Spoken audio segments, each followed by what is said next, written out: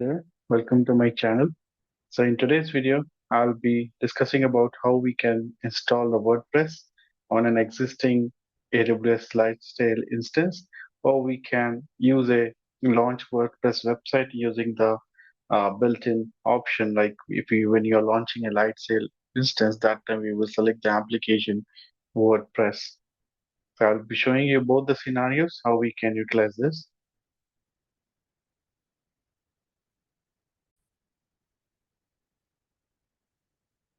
So if you remember in the last video, I showed you how we can create an instance in this AWS Lightsail. So if you want to utilize that, you can use this some commands over here. So basically, you have to create MySQL database. First, you have to make sure like you have the MySQL installed. You have to make sure you have the Apache server, web server being installed. So these things we have to take care before proceeding to install the WordPress on the last instance that we created. So you have to do some commands over here, you have to go to the root, you have to set up the password, then create a database also, give the permissions to that user, then any we can create a temp folder in which we will be downloading the WordPress set of files, then we can extract those files, then we can copy those files, and then we can check it. But make sure like you are setting up the WP config file in which you have to mention the username, database. So all those settings you need to be changed as per you are setting up in the database. So it's quite a normal a hectic task. Like you have to do it everything from the scratch, and then you have to check whether your server is there or not. Then you can just create an index file and you can do it. So this is also doable if you want to do it. If you're already having an instance, just a blank instance, light style instance, so you can just go ahead with this if you wanted. This is more like you can say more customizable, more things you can do it yourself, like setting up the username, password, creating a database, and all. So you can do it everything in this, and you can choose the which WordPress version you want to install it. So if you don't want it, the easy way, just we will launch an instance with a WordPress already there. So I'll just show you the steps. Then either if you want to proceed in this way, you can proceed. Then if you want to use this way, you can use the other way that I'll be showing you now. So if you're proceeding with this way, if you face some troubles or like face some issues with this, you can just ping me up. So I will just help you out with this way also. This like path also we can have it if you're just having just an instance. So now I will show you the next one, like how we can utilize it from the beginning, creating an instance along with the WordPress. So in the console, just go to the AWS Light Sale. So it will take you to this option over here, instance. Then we have to create an instance as we did in the last video. Now this time we are going to choose again in my previous video I have explained you which region to be chosen and all those things. So I'm choosing this Unix 28 blueprints around this, and you can see app plus OS. Last time we did this operating system OS only. So this time I'm choosing a WordPress. You can choose WordPress multi-site, whichever you want. Then you can see it is this WordPress like installation is being certified by Bitnami. Basically, it is like a package that helps you to automate the installation of WordPress, the commands that we do manually and all. It will take care of everything. But here, the most important thing, we need to retrieve the password in order to access the setup, the admin setup, and all. So that's quite uh, thing that we have to take care. Otherwise, like if you want to go with a standalone, you can go ahead with a standalone with more control over it. Okay, now I'm choosing over here, no snapshots and all, no need to enable it, avoid any extra billing and all. Then I'll just choose a $5 over here. So, so you need to write your instance name and make it sure this instance is This should be unique in each AWS region. Okay. So keys, I'm not creating key value tags, nothing to do, just create an instance. Okay. That's it. So it will take some time.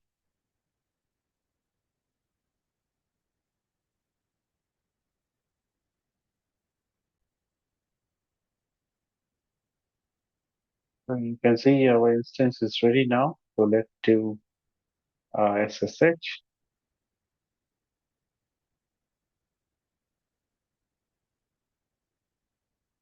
So in order to retrieve the password, you can see welcome documentation is also there. So that's the WordPress already being there. So I'm just running this in order to retrieve this password. Make it sure you keep this password saved somewhere in order for user to log in. So I'll just copy paste this one. I'm just showing you like right click and all I'm doing it. You can just use the shortcuts. Okay. So that's the password. You can also do it, but at the end of the video, I'll be just terminating this. So nothing to worry. But when your scenario, don't share this password. Otherwise, anybody having your public IP, they can log in. So now the next thing, let's see over here. We will get into details of this. Let's check few things over here. So this is the public IPv4 that we need, copy, and then we will go to the browser here. You can just paste it over here. So you can see the default one is being there. So it's by default the template the WordPress is having. It's just showing that one. I'm not sure about it. Yeah, this is the correct one. Then if you want to log in as a user slash wp hyphen login.php. There we go. Then we can put the here user and the password that we have copied. Then we need to check it.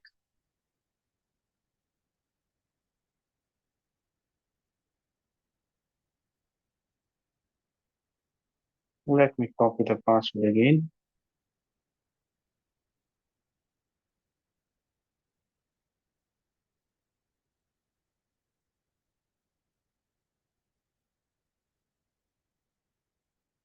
Okay. Okay, that's all. So we are able to log in to the dashboard. Now, whatever you want to do. So this is the default uh, template that we have, the theme that we have from the WordPress 2024. So we can, rest of the things is as usual, you can do it.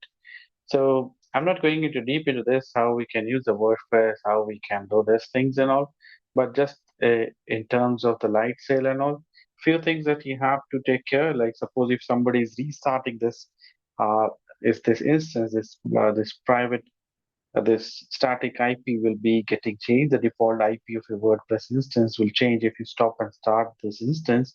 So we need a static IP. So we can just choose over here the option over here. There is an option over here. So you can see you can also set up from here. Uh, you can do SSH.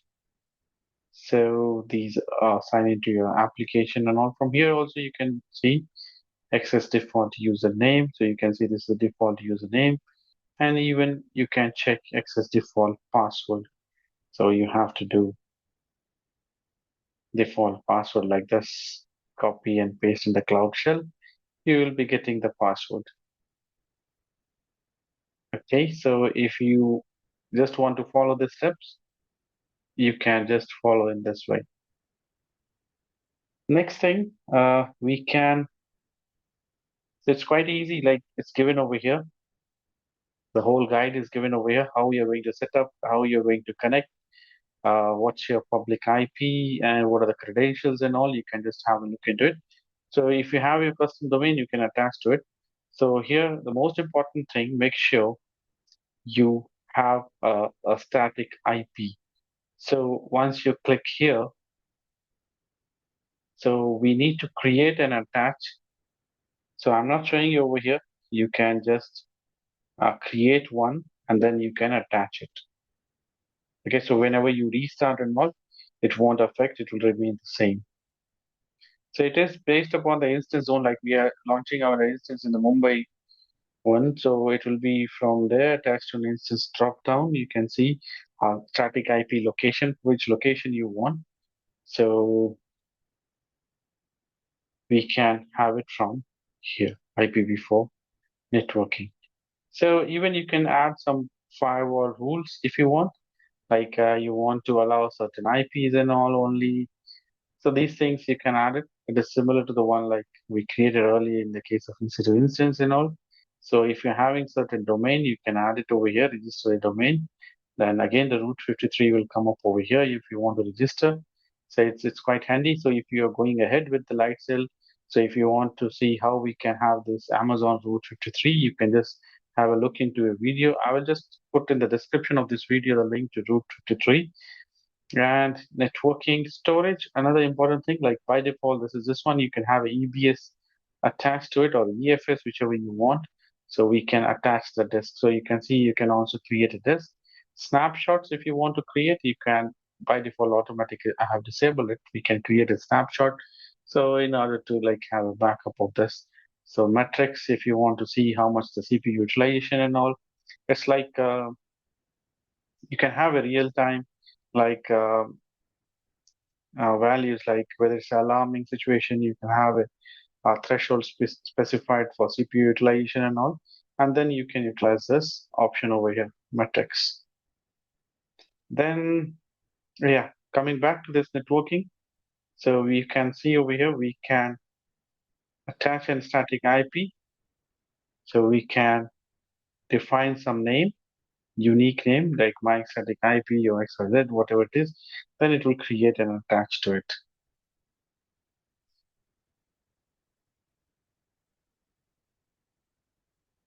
So you can try this.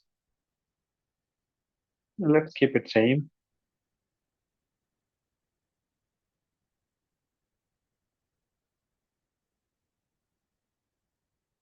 So you can see a static IP has been created.